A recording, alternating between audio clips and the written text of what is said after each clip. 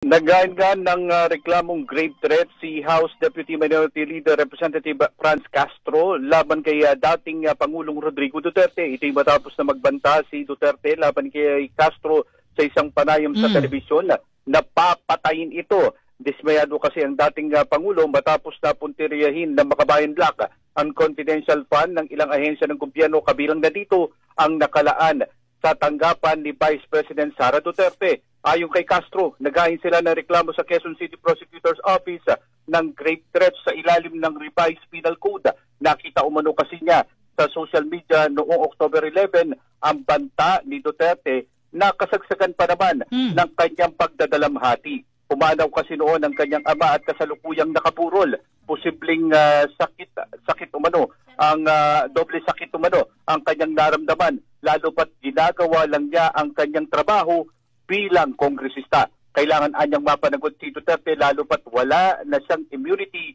ngayong hindi na siya ang presidente ng bansa.